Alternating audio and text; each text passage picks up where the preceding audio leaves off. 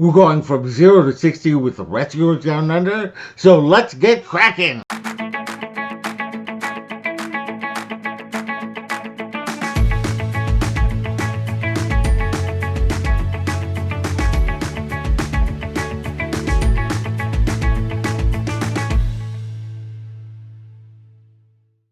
Hello all my explorers and welcome back to Loren's Adventures Out There.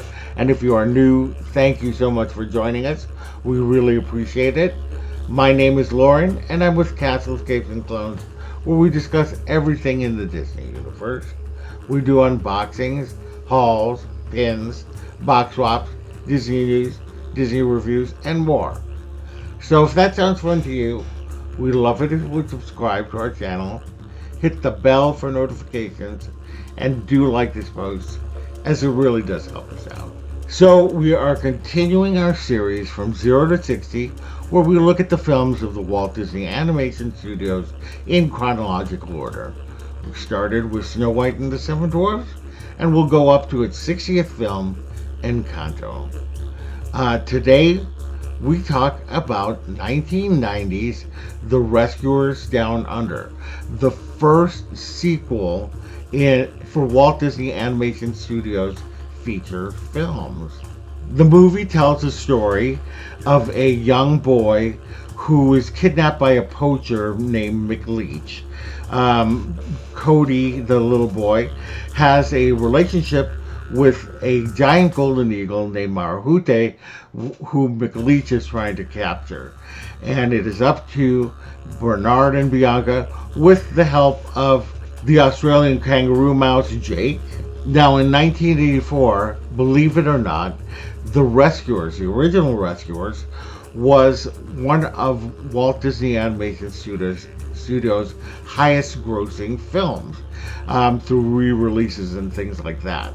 So Michael Eisner and Jeffrey Katzenberg, new to Disney, they had seen the potential to do a sequel for The Rescuers. And because Crocodile Dundee had made it popular to have Australian culture in the Americas and everybody was into Australian things, they wanted to have the sequel set in Australia. The film brought back Bob Newhart as Bernard and Ava Gabor as Miss Bianca. And the film brought in John Candy as Wilbur, Orville's brother, and George C. Scott as McLeach. The animators had seen George C. Scott in Dr. Strangelove and really thought about him in terms of this role, and they ended up getting him as the voice. For Cody, the little boy in the film, the animators originally wanted an Aboriginal child to be Cody, or the little boy. It wouldn't have been named Cody. But unfortunately, Jeffrey Katzenberg overrode it and wanted a little blonde kid to be the kid that would be rescued. I would have loved to have seen an Aboriginal child in this film. Filmmakers ultimately decided to not make this a musical film. They felt that it would slow down the pace.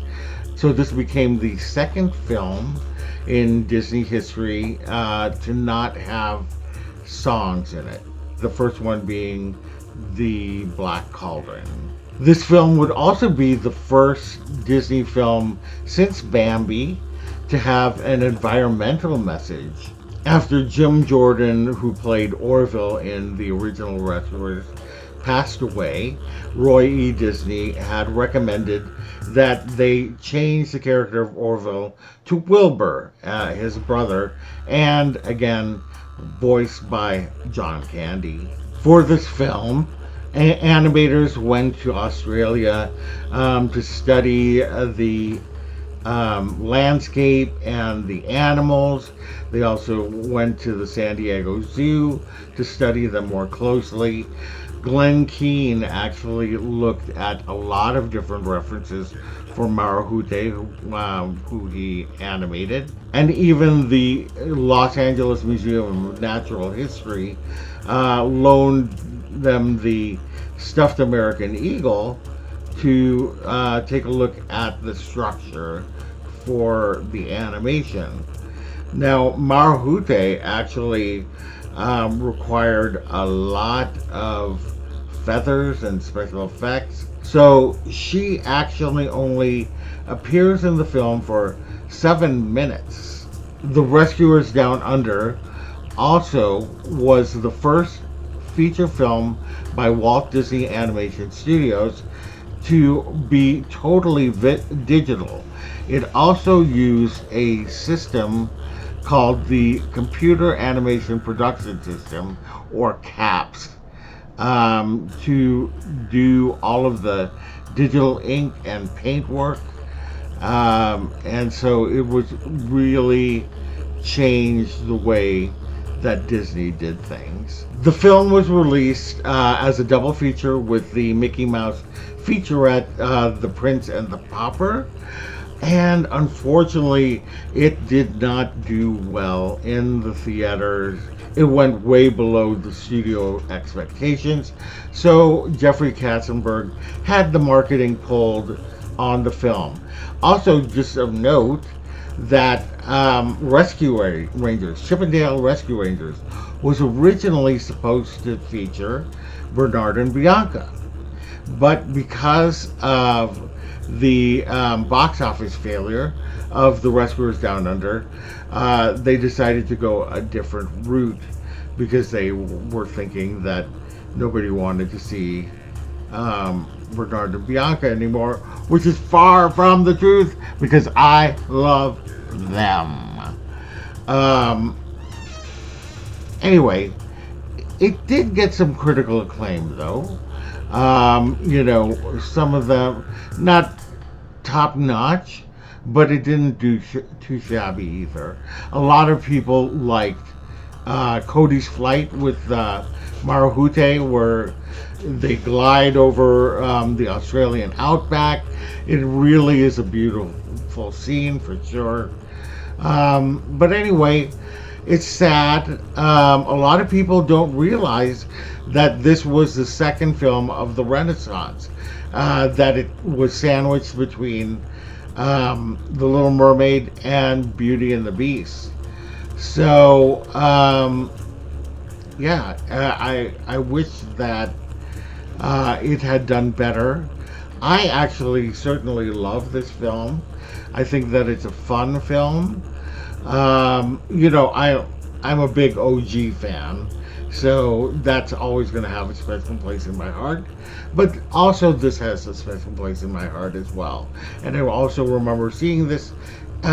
Disney brought it to us again in CalArts, and it was a toss-up amongst my classmates, but I liked it a lot. And again, a lot of it has to do with the fact that I love the Rescuers. Anyway, what did you think of Rescuers Down Under? Did you love it? Did you hate it? Let me know in the comments below. I would really like to know.